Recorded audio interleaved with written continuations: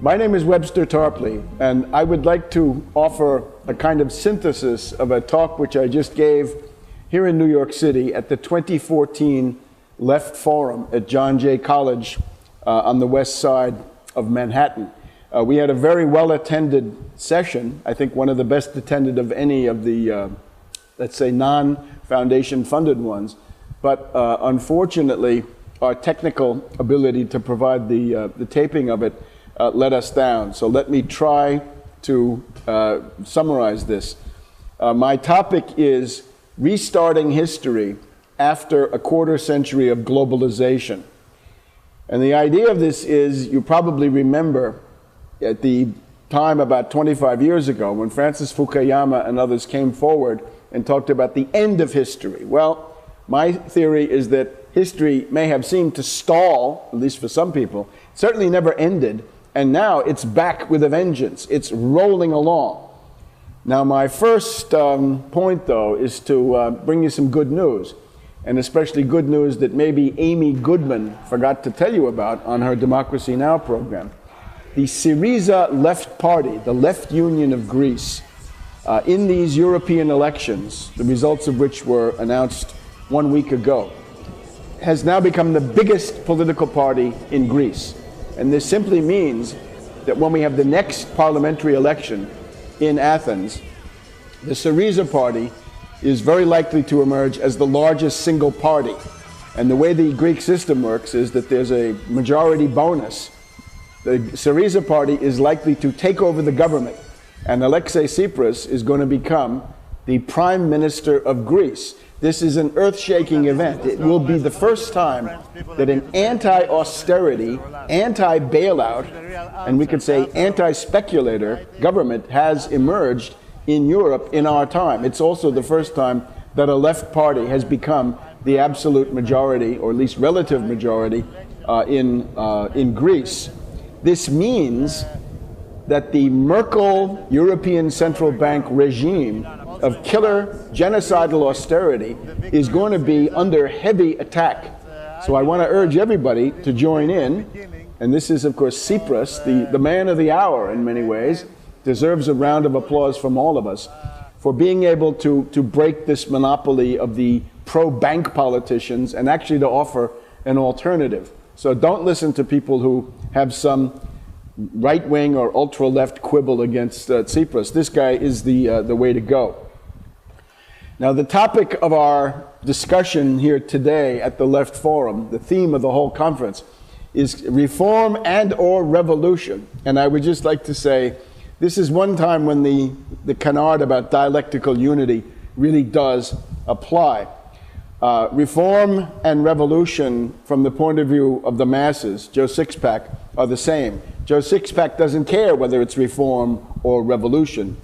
Intellectuals may care, but the masses don't care. The point is this. Let's assume you have a program of mass traction economic demands, things that have to do with the life or death needs of working families. Let's assume that those reforms appear as fair, necessary, good, urgent to the average person. Let's assume also that those same reforms destroy the power of the Wall Street predatory zombie bank financial elite. If you have that, you've got a revolutionary situation, something that looks like a reasonable reform to the masses, which is a deadly challenge to a bankrupt and degenerate ruling class. That's what you've got to aim for. There are large periods of world history where there are no such demands. But we, thank God, are now in a period when there are such demands. They're generally summed up under two headings. One is the Wall Street sales tax, a 1% tax on all Wall Street turnover and derivatives in particular. This not only breaks the power of Wall Street in the political sense, but provides adequate revenue for the government to do its work.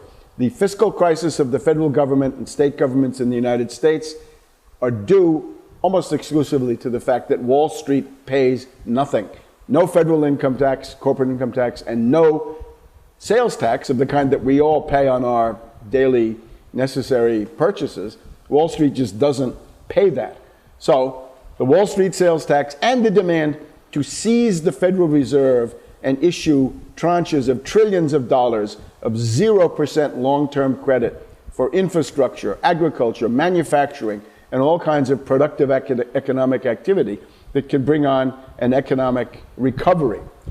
So therefore, there is no metaphysical distinction, right? Kant might discover one, but for the rest of us normal guys, reform grows into revolution if the reforms are radical and competent enough. Now, one of our themes also today is the warmonger left, the foundation-funded left, the purveyors of color revolutions and apologists for State Department policies, including the infamous responsibility to protect, otherwise known as humanitarian bombing. We wanted to focus in particular this year on Amy Goodman, once again, and Code Pink. Amy Goodman, because she has almost completed her process of destroying the Pacifica network, sucking all of the resources into her own capacious pockets, and crowding out any other honest alternative, or indeed more radical alternative. So we see that Amy Goodman looms very large this year at the Left Forum, and we feel that this is an index of the crisis in which this entire political system is now to be found. The goal that they have is to provide a pseudo-opposition to the State Department, where they claim to be against the State Department, but through some strange coincidence, the enemies of the State Department are exactly the targets of Democracy Now! And Amy Goodman. Now, where are we in all this?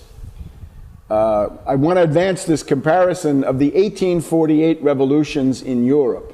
In 1848, as you may know, the Mazzini networks and a few other networks were able to overthrow every government in continental Europe. Louis-Philippe of France, Metternich of Austria, on and on, all of them. Russia not, England not, but everything in between was overthrown. Let's compare that to the Arab Spring of 2011. They have a lot in common because both were essentially the products of British, or in this case, Anglo-American intelligence. In the period going up to 1848, as in the period going up to 2011, there's a proliferation of illusions, chimeras, self-deluding prophecies, simply wrong ideas. And what these lead to is a series of failed revolutions that don't really advance any useful cause. There are a couple of exceptions in 1848, right? The ending of serfdom in Central Europe. But other than that, not what people wanted. And now we look at the aftermath of the color revolutions, the Arab Spring, and we'll see that most of these places are infinitely worse off than they were.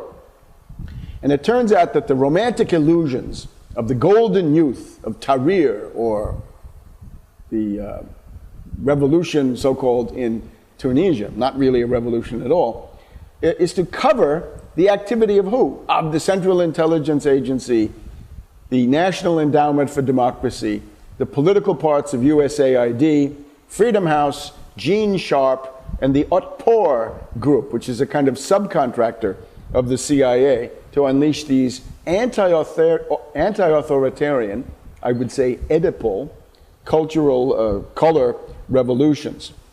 The mental map of all this is, you start with the idea of the golden youth protesting in the square, right, from Kiev to Cairo or whatever it is. The golden youth want freedom, democracy, they want the internet. Unfortunately, they also want neoliberal free trade, free market, and other demands, the abolition of subsidies, that tend to be very bad for working people, for the farmer, for the peasant, for the worker, for the tradesman, the small shop owner, petty bourgeoisie, whatever it is. People like Zuckerberg and Brin and Ghonim of Egypt have no idea of what the masses actually need, and they have no demands that go in that direction. So therefore, their revolutions in the Middle East have tended to be taken over by the Muslim Brotherhood. And when I say Muslim Brotherhood, we're talking about an organization that has been in a firm alliance with the CIA for many decades, right back to the 50s, when the head of the Muslim Brotherhood was received at the White House by President Eisenhower, the idea being that he would work to overthrow Nasser of Egypt. So the idea that any revolution is a good thing is a farce. What if the Golden Youth have been duped by the CIA into targeting and overthrowing some leader, a Gaddafi, even a Mubarak, that the CIA wants to dump? And we see that in Ukraine today. We see where this leads. There's also the problem of national self-determination. This assumes that nations are self-evident and that the demand for their freedom is automatic. It's not. That comes from Lenin, Woodrow Wilson, and it's got to be evaluated under every specific case. For example, I would argue Ukraine is not a country. It's useless to talk about their self-determination. There's no country there, and there never has been. Now, as we make the transition from the pre-1848 or the pre-2011, one of the key ideas that comes around is, how do you actually accomplish progress? And the point is, you got to take progress wherever and whenever you can get it. And often, you got to open your eyes to the fact that sometimes the most progressive regimes available in reality at any given time are precisely the ones that are being targeted for being authoritarian. From Gaddafi, say, back to Bismarck. Let's try Bismarck as an example. Here's Otto von Bismarck, right? Obviously, very bad guy in the Anglo-American history world, and would be called an oppressor by Marxists and so forth. But let's look at a few things that he actually accomplished. He invented and institutionalized for the first time what we call Social Security, Medicare, and Medicaid. So that Germany from the 1870s on has a system of public-private health care, which we still do not have in the United States, because it includes anybody who has a job and well beyond. Bismarck is also somebody who supported protectionism, dirigism, mercantilism, against the British free trade doctrine. And this was the only way that Germany was lifted out of backwardness and immiseration in the second half of the 19th century. In foreign policy, Bismarck was a friend of Lincoln, a friend of Grant. He opposed the Confederate slaveholding conspiracy or rebellion here in the United States. Bismarck is also somebody who rejected colonialism. He said, I don't want to acquire territory in Africa or anything of the sort. Another important point is that once Germany's national unity was attained, he practiced war avoidance. And one of the main ways he did it was to ally with Russia against the British and the French, who were the main aggressors in Europe at the time. So all of this goes together we get this concept that after 1848, there's a new toughness of mind, a new dimension of realism. And it's often called Realpolitik, just means the policy of realism, or a policy based on reality. And I think it shows us that after that horrendous experience of the Arab Spring and the color revolutions, it's time to adjust the way we look at these things away from a kind of naive, romantic view into something more realistic. There are just a few more things about Bismarck, so you get the idea. If you don't study him, you don't know who this was. You've often heard on the Sunday morning talk shows that politics is the art of the possible. Well, it's Bismarck who said that. The key concept we need is the speech where he says, in 1848, 1849, people believed that they could change the world exclusively by speeches and majority votes. And he says, that turned out to be a fallacy. We're now in the age of blood and iron. And I'm afraid that we are, in our world too, here in 2014, we're entering into the age of what I would call a bit more blood and iron than most people realize. And remember, when he talked about war avoidance, he's got this amazing quote where he says, Europe is a powder keg, and the leaders are like men smoking in an arsenal. Doesn't that sound like what we've seen today in the Ukrainian conflict? A single spark will set off an explosion that will consume us all. I cannot tell you when the explosion will occur, but I can tell you where. Some damned foolish thing in the Balkans will set it off. Doesn't that sound like Ukraine or something in that direction between Ukraine and the Middle East? Another good Bismarck quote is, "Preventive war is like committing suicide for fear of death." I don't think the neocons would have liked that one, since that was their doctrine. So I would say the following are the lessons of the failed pseudo-revolutions of the Arab Spring. We're in a world economic depression. It's brutal, it's getting worse, and it won't end until policy changes are made, I think in the way that I've tried to suggest. This world depression means that nation states, and indeed civilization itself, are in grave danger, and they are vulnerable to attack by the CIA. The essence of the CIA policy is break up nation states, go for mini-states, micro-states, failed states, rump states, warlords, chaos, anarchy.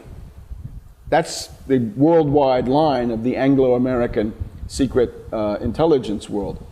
We also have to remember, if you want to have democracy and the rule of law, and I do, you've got to understand these require a material basis in terms of standard of living. As Roosevelt said in the Atlantic Charter, specifically in the part on freedom from want, August 1940, needy people cannot be free people. He put it, necessitous men cannot be free men, but needy people cannot be free people. That is absolutely correct. The CIA says human rights can flourish in an atmosphere of absolute poverty, degradation, and destitution. It's simply not true. And therefore you've got to realize that the choice in much of the world is between an authoritarian government with good policies, sometimes, and chaos. And that ultimately, when it gets down to it, just about any state is better than no state. Any kind of law and order is probably going to be better than absolute chaos and anarchy. The other problem that we face now is the inherent difficulty of getting through to 2014, 2015. We are looking at the end of the era of total unipolar US domination of the world. This is a time which began around 1991 with the collapse of the Soviet Union, and it seems to be ending as we speak here in New York City in the very end of May 2014. Now, if we look back, the idea of a power that has dominated the world, and especially a unipolar world, this has not occurred a lot, but whenever it has started and ended with wars. And therefore we've got to think about how do we avoid this. Just a couple of examples. Spain, together with Portugal, dominated the world pretty much from 1525 to 1659. That's from the Italian Wars to the end of the extended 30 Years' War. And at the end of that, Spain-Portugal was, by that time they'd split, pushed aside by France under Louis XIV. France dominated the world from 1659 to 1713. That's the War of the Spanish Succession and the Peace of Utrecht. And at that point, the British take over, and the British keep going from 1713 to 1940. 1713 to 1940, in the midst of World War II. And that's a long period of world domination. That tells us a lot about the problems of the world in their relation to the British imperial system. And this is a serious matter. But in this long stretch of British relative domination, there's a period of absolute unipolar British domination, which is from this fateful 1848 until about 1871. It's about 23 years. And it starts with all those governments being overthrown, as I said before, and it ends when Bismarck unites Germany and Lincoln defeats the Confederates so that the United States is going to survive. The Russians also are able to defend themselves in the Crimean War. But in that period, when the British are grasping for absolute, uncontested world domination, we got 3 opium wars against China, Crimean War against Russia, Sepoy Mutiny in India, US Civil War promoted by the British, French in Mexico, and on and on. There is then a time when the German Reich seems to be the dominant power in the world. That's about 1940 to 42 or 43. But then it's the US. So the United States has tended to dominate the world from 1943 on. That's a relative domination because the Soviets were there and they were formidable, make no mistake. But then we get this period of unipolar dominance, right? Absolute world preeminence. And that's really from 1991 to 2014, 23 years. Hey, have we discovered a 23-year rule? The British unipolar absolute domination, 1848 to 1871, 23 years, and then the US domination, 1991 to 2014, 23 years. Could be an interesting thing. The problem, though, beyond the interest, is that these begin and end with wars, often world wars. So we've got to promote war avoidance at all costs. Now, this idea of the end of history, right? This is a favorite thing from the neocons, but it's broader than just that. Daniel Bell at Harvard, even in the 60s, was arguing the end of ideology. I'm afraid ideology has not ended. There's still a lively debate, and you're going to see it get more lively. Fukuyama, we're going to look at in a minute, the end of history. How about Jessica Matthews, today a leading warmonger? Her essay, Power Shift, from the late 90s, says that the post-1648 nation-state is doomed, and it's going to be replaced by non-governmental organizations and by worldwide speculative hot money and zombie bankers. And I'm afraid all of that is garbage, but you got to understand this is what the ruling class still thinks. And all the people who built their career on this are they're trying to extend and prolong the reign of this illusion. In particular, Fukuyama, here's Fukuyama. He's the ideologue of the Bush 41 administration. And you'll remember what he wrote. The triumph of the Western political idea is complete. Its rivals, the Soviets, have been routed. Political theory is finished. The Western idea of governance has prevailed. What we may be witnessing is not just the end of the Cold War or the passing of a particular period of post-war history, but the end of history as such. That is the end point of mankind's ideological evolution and the universalization of Western liberal democracy as the final form of human government. The modern American state is the final rational form of society and the state. Now, this was nonsense. This was pernicious, absurd, as soon as it was written. But they've been going with this for 25 years. They've been trying to make it stand up, and they still are. He also says, by the way, the end of history is a very sad time.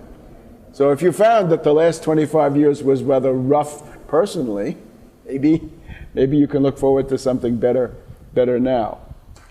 And now Jessica Matthews. This is interesting because you can see the relation between her career, built on this power shift, end of the modern state essay, and what she wants today. Look what she wants. She says, it's time to send 1 U.S. brigade to Ukraine.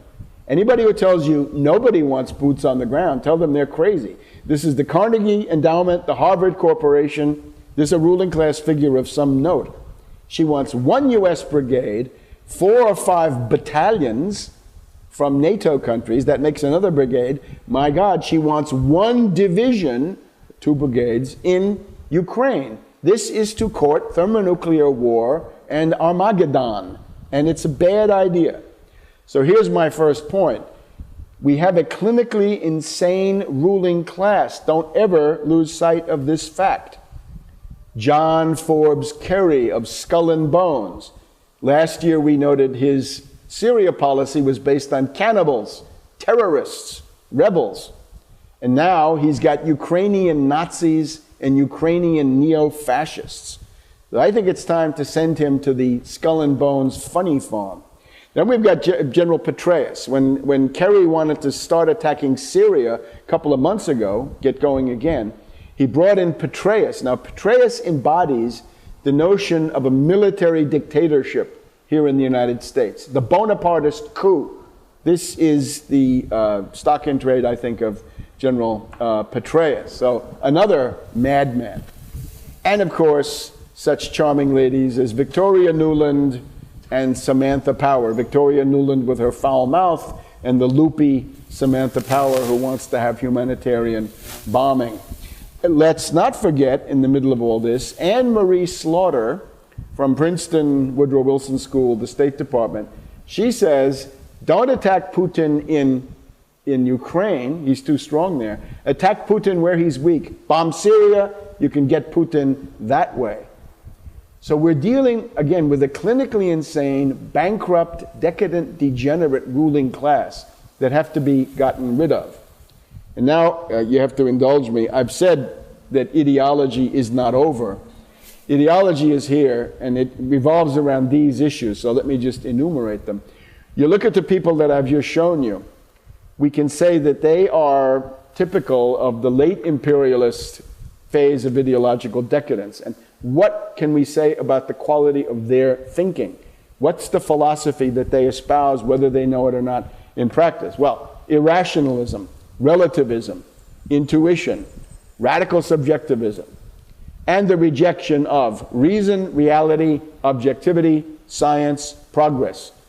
These are people who embrace mysticism, existentialism sometimes, pessimism certainly, vulgar materialism when it's needed, ochlocracy, mob rule, superstition, Malthusianism, they want genocidal anti-industrial policies, elitism, and narcissism.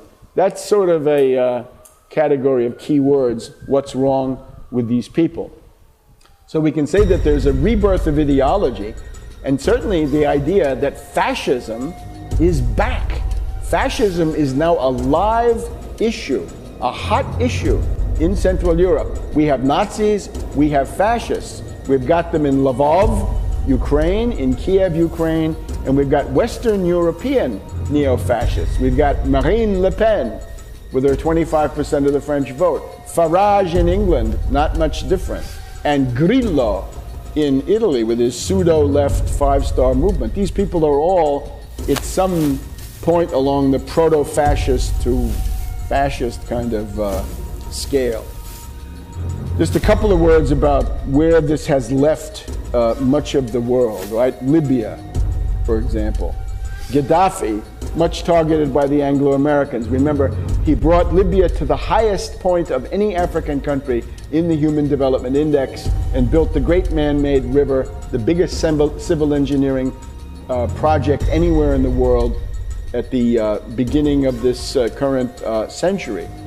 And the Anglo-Americans wanted him assassinated. Now they got their wish. Who's going to be the head of Libya? It looks like it's going to be Khalifa Haftar. This is a CIA butcher. He spent 20 years as an American citizen living near CIA headquarters in Langley, Virginia. He is the boss of the February 22nd Martyrs Brigade. Those are the people, remember, who were supposed to defend the Benghazi U.S. compound and Ambassador Stevens, who were pulled out, and other killers then went to work killing the people that were there. Haftar will now become the dictator of Libya, by all indications. So you tell me, who's better? Is Gaddafi better or Haftar? And if you're going to start supporting revolutions, you damn well better have an idea of the consequences and take some responsibility for that. Now here's another part of Gaddafi. You can see this map. We have the Sahara, we have the Sahel. One of the things about Gaddafi was that he was a Pan-Africanist and he took it seriously. And you see these countries, they've all been destabilized, right? Be it Mali, Niger, Chad, Central African Republic, Northern Nigeria, right? Boko Haram. Libya was a factor of stability in all those areas. It was a factor of investment, modest though it was, There was food production and other medical care and other things that Gaddafi was providing as part of his ideological offensive. Now, Libya has become the opposite. It's become a source of guns and weapons out of Gaddafi's arsenals that are now being used to destabilize this vast area. So genocide in the Sahel is something that has been accelerated by the overthrow of Gaddafi. Let's look at Syria. Assad, right, one of the most hated by the Western media. What is this guy? He's a doctor from London, speaks English, has a rather nice-looking wife. What is this thing? Well, they want him out for geopolitical reasons. He's harder to demonize, though, than Saddam Hussein. Many positive features with him. The main one is he's not chaos. He's not anarchy. He represents some kind of society. And this past weekend, he's been, I believe, re-elected for another term as president of Syria. It's funny, the US says you can't have an election in a war. In Ukraine, you can have an election in a war, but in Syria, of course, you can't.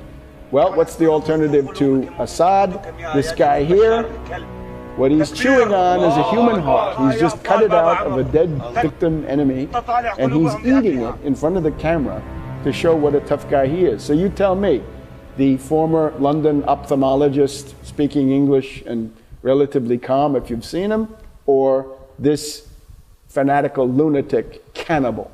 Cannibal. Egypt, this is another good one. President Nasser, I believe, was the most formidable adversary of imperialism in the 50s and 60s. You can see how much he was targeted. I believe actually Nasserism is the natural form of government for Egypt.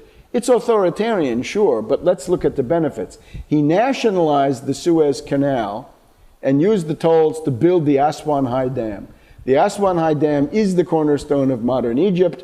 Flood control, malaria control, hydroelectric power, everything depends on the Aswan High Dam. And that's Nasser. That's what he fought for. And then, of course, the question was, instead of having a single Nile, he was beginning to think about a second Nile going off sort of to the northwest. That has been left undone. The Muslim Brotherhood opposes these great projects. The Muslim Brotherhood wishes to keep Egypt in that backwardness and immiseration.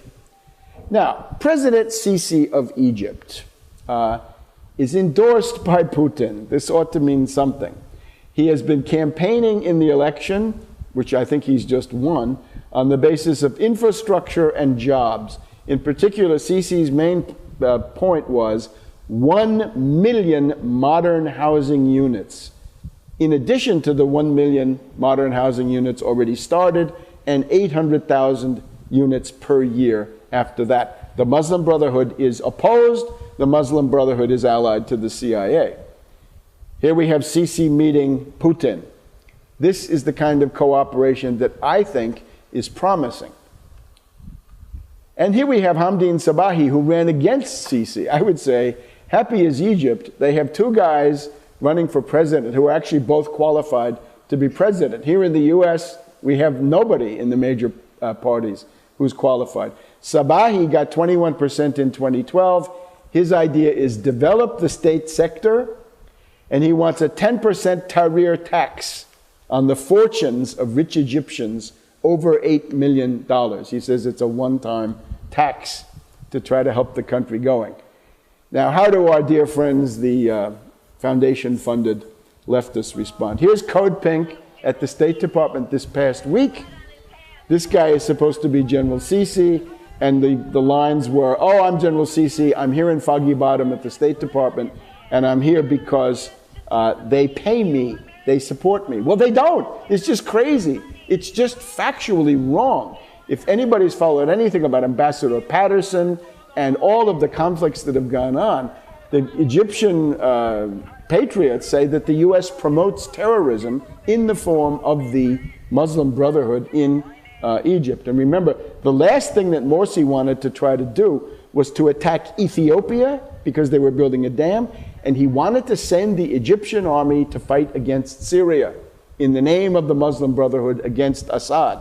So I think at that point, a coup d'etat became not just admissible or formally, legally okay, but absolutely necessary and right away.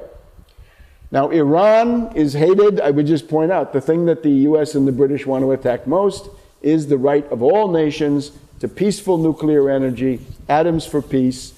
And we have to remember, if you don't have the full nuclear fuel cycle, you do not have a full set economy, you're not an independent country. And that is what Iran is trying to assert. Now here's another one. It's too early for me to evaluate Prime Minister Narendra Modi of India, but I can tell you based on his speeches what he thought voters wanted. And he talked about being Mr. Development. He talked about rural electrification, the kind of stuff that we had here under the New Deal in the 1930s, economic development, infrastructure, superhighways, railroads, fast rail, power grids. That's what India wants, and that's the biggest election in the world. So doesn't that tell us something about what the people of the third world want? And I have to say, if you're a radical chic New York leftist and you don't like that, maybe you ought to check your own conscience and your own moral compass.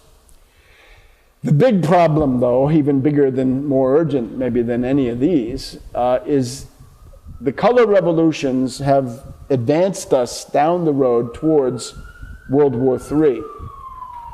In the Ukraine, we've got an immediate potential for thermonuclear war. On the one side, we've got Polish NATO troops, perhaps, that might intervene in the Ukrainian civil war, and on the other side, Russian forces.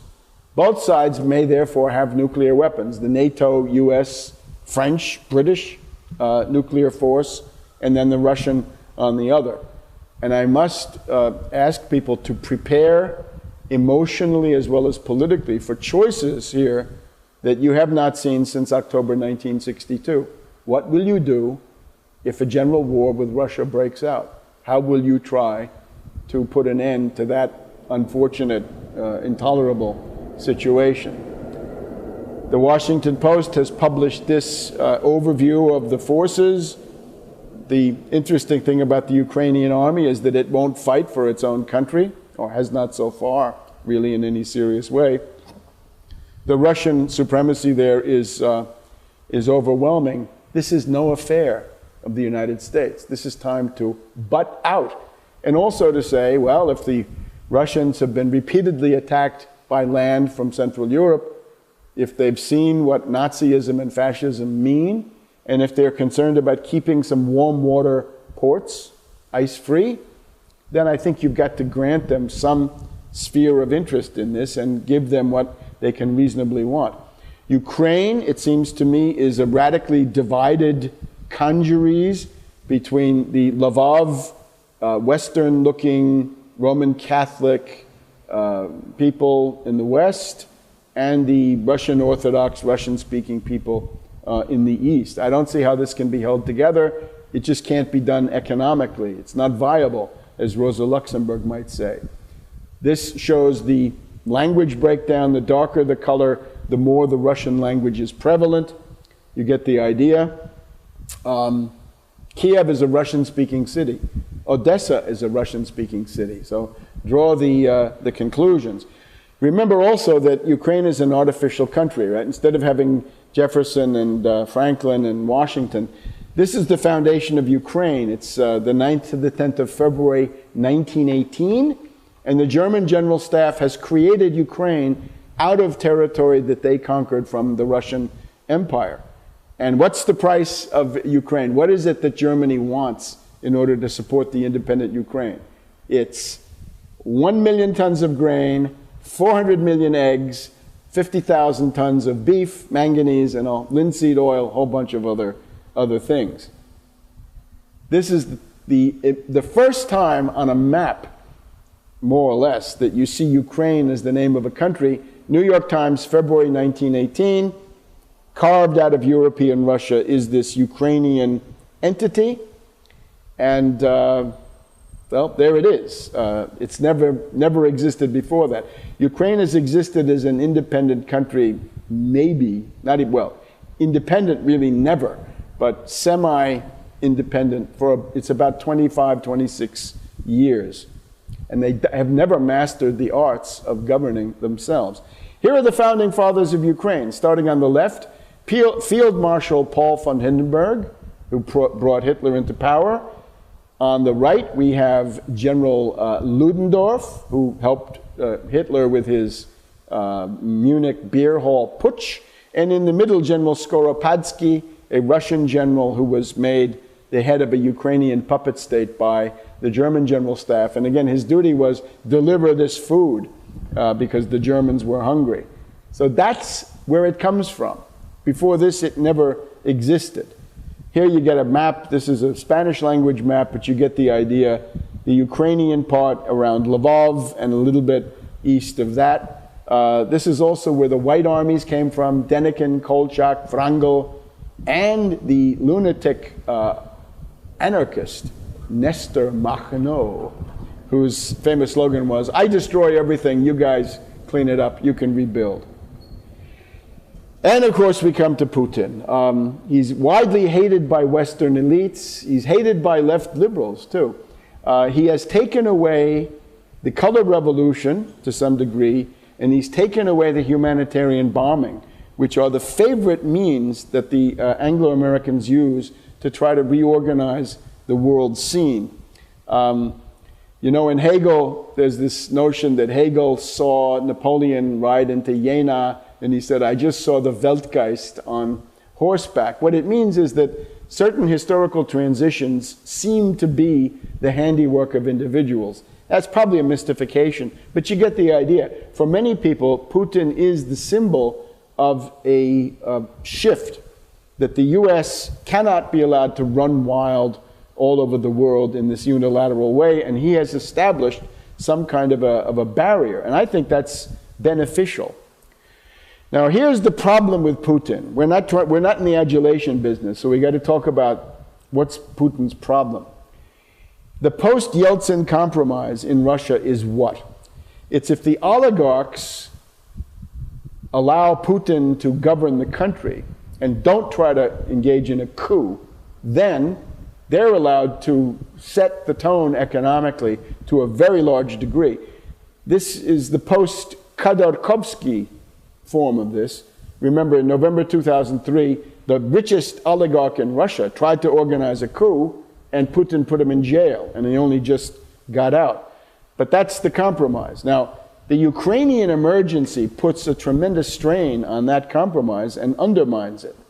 And the division that we're going to see is the Siloviki against the liberals. The Siloviki, we'll see it in a minute, are the power ministries, the army, the KGB, the secret police, people with guns, right? People with that kind of power. And the neoliberals are a faction left over from the IMF World Bank shock therapy of about 20 to 25 years ago. And they're a pro-Western faction, really incompatible with the future of Russia. Okay, President Xi and Putin. This is the $400 billion gas pipeline deal.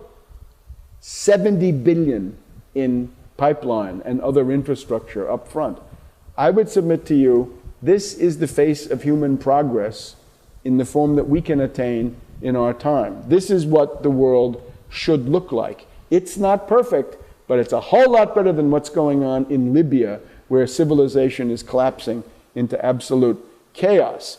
And what it shows, I think, the whining response of the US elite, is that the US elite is, as I said before, degenerate, decadent, incapable of ruling. They're incompetent. Whereas these characters, Putin and Xi, seem to have a pretty good idea of what you have to do to keep things going. Here's the Siloviki versus the neoliberals, right? The two sides that are pulling on Putin. Siloviki, defense, military, Academy of Sciences, KGB, Interior Ministry. Neoliberals, we can call them by name. President Medvedev, who allowed the bombing of Libya. And the Russian ambassador said, Medvedev, you're a traitor. Probably right. First Deputy Prime Minister Shuvalov, Kudrin, the former Treasury Minister, German Gref, another neoliberal, Siluanov is the current finance minister, and Elvira Nabiullina, the head of the Russian Central Bank. Now, as for myself, as we see here, my friendships go with the Siloviki. This is General Ivashov, formerly the Russian Chief of Staff, with me at the Axis for Peace conference in Brussels back in November 2005. I say, among nationalists, you can get along. But when you get those neoliberals and the Wall Street guys in there, then it doesn't work. Now, here's the interesting figure that I call to your attention, fearing that Amy Goodman has not done so. This is Sergei Glaziev. He is an advisor to Putin, so he's a wing of the Kremlin. His big idea is stop using the dollar completely, use the ruble in foreign trade. If the US sanctions you, he says, start selling treasuries. They've got about $500 billion. If they dump them, big problems for the US. He also says, if you sanction us, we're going to have to default on our dollar loans. We're gonna repudiate them. And the next 2 points I think are absolutely critical and deserve to be imitated. He says, if the Western banks, Europe and US, cut off loans to Russia, what we've got to do is direct the Russian central bank to obey the public interest, not the banker interest, put out long-term, low-interest loans from the central bank through the VEB, one of the quasi-state-controlled Russian banks. Use that for manufacturing, agriculture, infrastructure, and trade. Now, that would be the end of the private central bank system, which is the bane and the torment of the entire world, starting with Russia. The other thing he says is, a little bit less directly than I'm putting it here, but capital controls and exchange controls. In other words, don't let the US and the British organize a panic flight out of the ruble, put up a barrier in the way that Malaysia did under Mahathir Mohamad back during the Asian contagion. He's learned that lesson. I would also add, you better get your BRICS development bank going, Brazil, Russia, India, China, South Africa. You've got to have something like an alternative to the World Bank. And when you add it all up, this Glaziev may indeed be the dirigist grave digger of the entire globalized financial system of the past 25 years. And it's about time, because that system has failed. Russia by itself is big enough and important enough and has a specific weight that allows it to essentially bring down the old system. And I want this to happen as soon as possible. I urge everybody to be familiar with Glaziev and support him in any way you can. Now the bad guys. Medvedev, the former president, right? He refused to veto the bombing of Libya, was called a traitor, he deserves it. And sort of from the cultural point of view, he made a big spectacle of Deep Purple. When Deep Purple came to Moscow, he took his son to see them. He's a neoliberal. He's also, this is a recent speech, this is from late April, to the Duma. The debate was, since there are going to be sanctions, and there already are sanctions, should you change your economic policy? And I won't read you this entire quote, but he says, we're not going to change because the laws of economics remain universal. What he means by that is Milton Friedman and von Hayek and whatever synthesis they've got, all of that has to be respected no matter what London and New York may try to do to you. So don't change, continue the economic strategy we have chosen. And the crickets mean that the Duma sat there in cold, stony silence. So what it means is Medvedev is politically isolated. He's out of touch. He has not caught the mentality of the Russian people. Here's German Gref, the current head of Sberbank, and he's the former Minister of Economic Development, a neoliberal, thought to be close to Putin. We got to get him less close to Putin. This is Kudrin. I would say Kudrin is the head of this faction, former finance minister. He was fired in 2011 precisely because he didn't want to spend more on military preparedness, because he said that violated, Milton Friedman and the Austrian school or whatever it was. Siluanov is the current finance minister and a dyed-in-the-wool neoliberal. Now, we add this all up. If we take Putin and China and Assad and Sisi and Tsipras, we know that they're all going to be called oppressors by the Anglo-Americans, but I think we can see the outlines of the successful 20th century modern state. It is not liberal, neoliberal. It's anti-neoliberal, anti-monetarist. It's not Thatcher. It's not Reagan. It's dirigistic. De Gaulle, Hamilton, Lincoln, so forth. It goes for protectionism, mercantilism. It's probably going to be called state capitalism, although I think that's not exactly accurate. It will focus on great projects of modern infrastructure, as the Tennessee Valley Authority did under Franklin D. Roosevelt. It's going to require the nationalization of the central bank system. The private central banks, controlled by bankers only, are finished. And it will be mildly authoritarian in many parts of the world, simply because the CIA has destabilized and threatened civilization in so many parts of the world. The New York Times version of it is autocracy. If you picked up the editorial page of the New York Times on May 30th, you'll see that you have David Brooks raving about autocracy, and the editorial page saying, autocracy is on the march in Thailand. I think that means that Thailand is gravitating towards China, therefore they're autocratic. And notice that whatever people at Left Forum thought might have come out of this, when you get out of globalization, if you're going to succeed, you better not go small, you better go big. And that is what we see with these deals. Now, why should we regard Putin and company in a positive way? One thing is that this phase of total US world domination has brought out the absolute worst in the US ruling class. And since we, with our movement inside this country, are not able to restrain neocons or humanitarian bombers, we need a powerful force out there in the world that does have the ability to deter, dissuade, blunt the aggression and the excesses of these US and British neocons, and the humanitarian bombers, and the responsibility to protect crowd.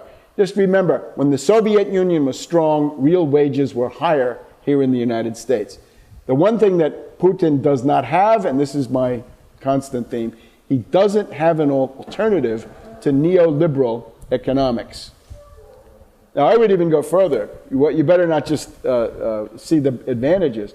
Why not have a US-Russian condominium? It seemed to be close on Syria last September. Basics would be, Ukraine and the Baltic states should be neutral. Saudi fighters should get out of Syria. We've got to solve the Israeli-Palestine question. If these two parties continue to squabble, it's going to have to be imposed, because we can't have the world blown up over these tiny issues. Same thing for China and Japan over the Senkaku Islands. We're not interested in World War III over those godforsaken pieces of rocks. The North Pole and the South Pole have got to be responsibly managed, not through some kind of conflict.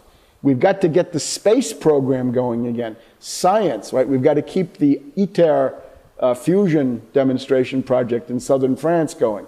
We've even got the proposal on the table for a China, Russia, Canada, US fast rail. I think it's shameful that the United States didn't come forward with that, and it was left to the Chinese to do so. Now, trying to wrap up in the time we've got.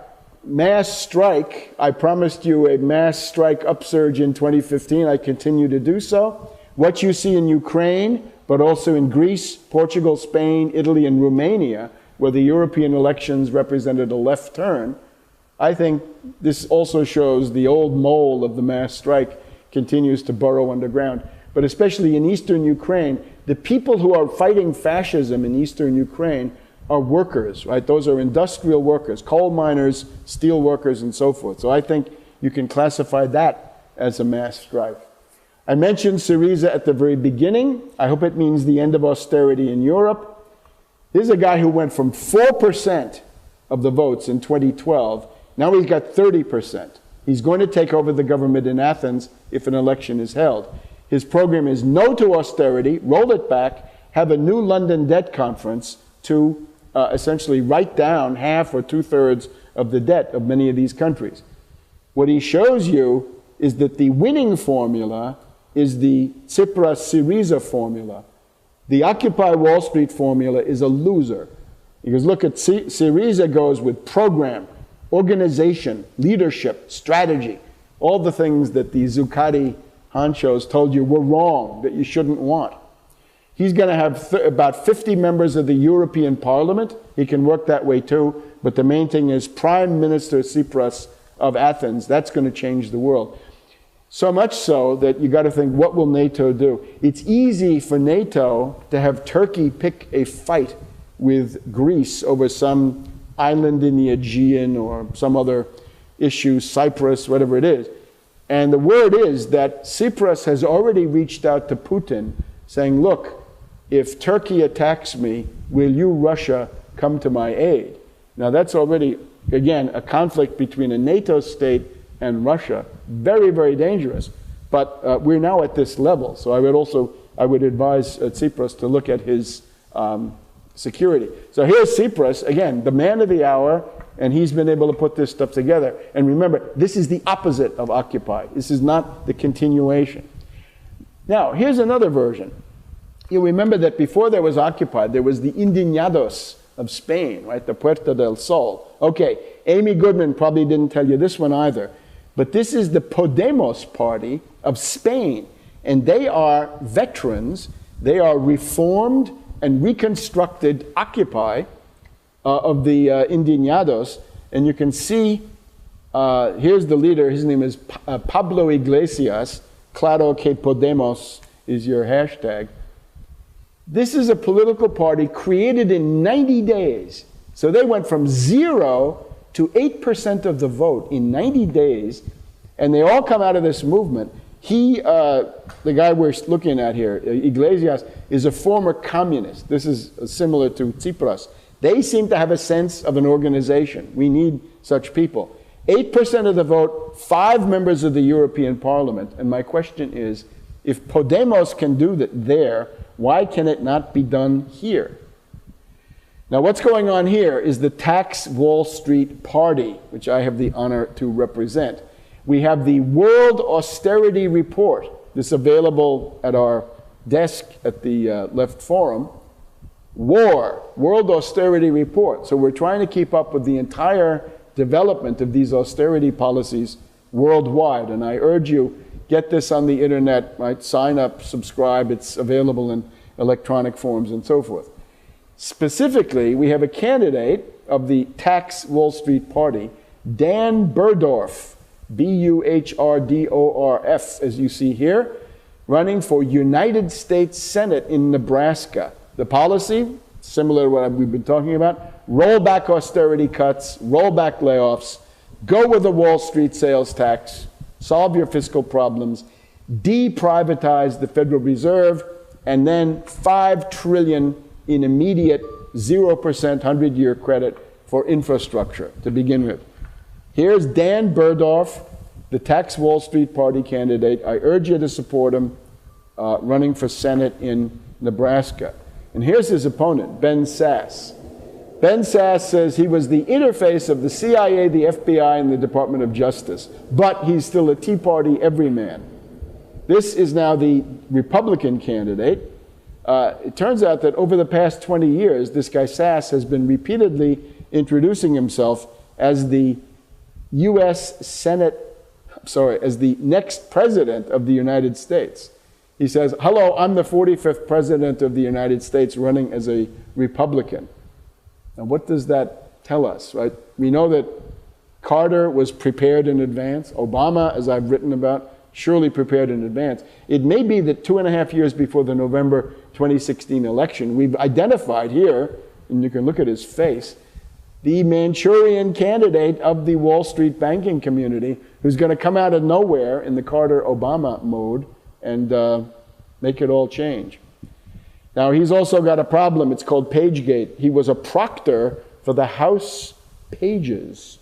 And it goes back to 1996, 1998, when Congressman Mark Foley and Congressman Jim Colba were in there molesting these kids. His job was to prevent that from happening. It has happened.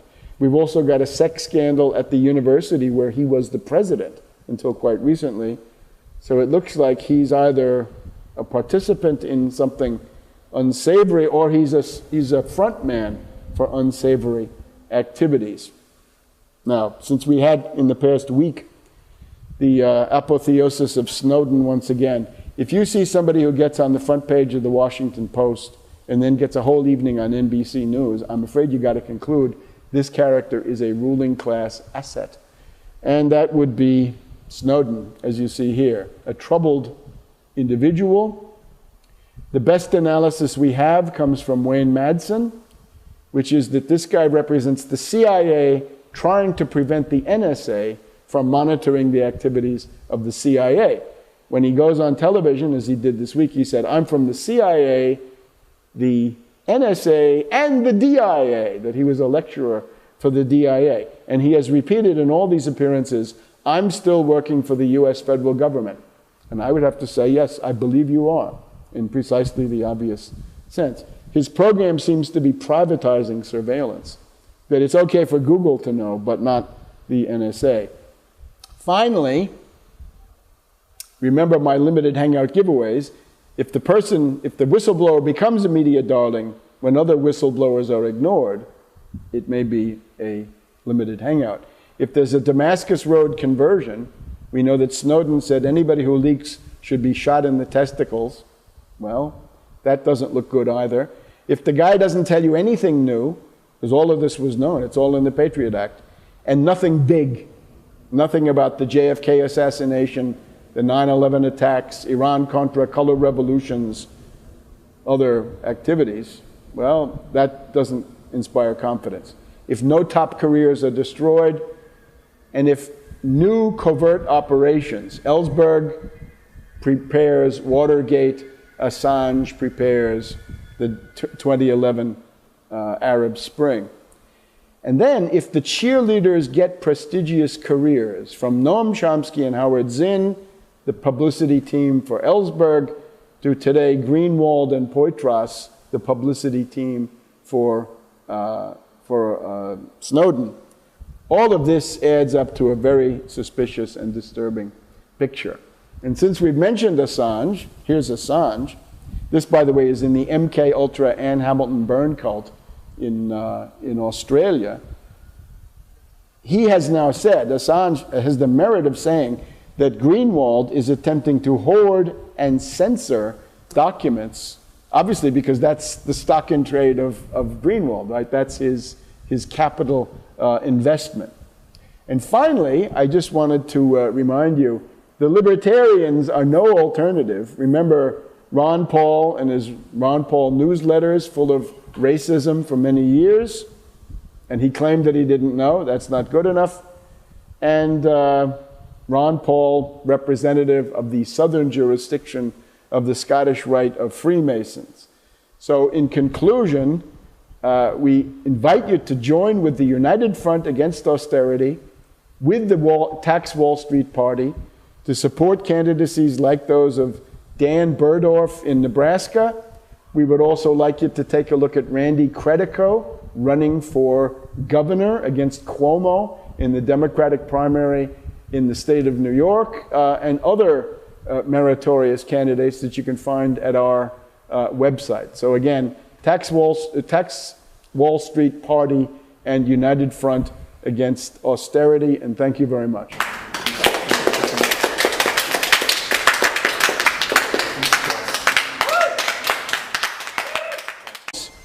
The Syriza party is likely to take over the government, and Alexei Tsipras is going to become the Prime Minister of Greece. This is an earth-shaking event. It will be the first time that an anti-austerity, anti-bailout, and we could say anti-speculator government has emerged in Europe in our time. It's also the first time that a left party has become the absolute majority, or at least relative majority, in Greece.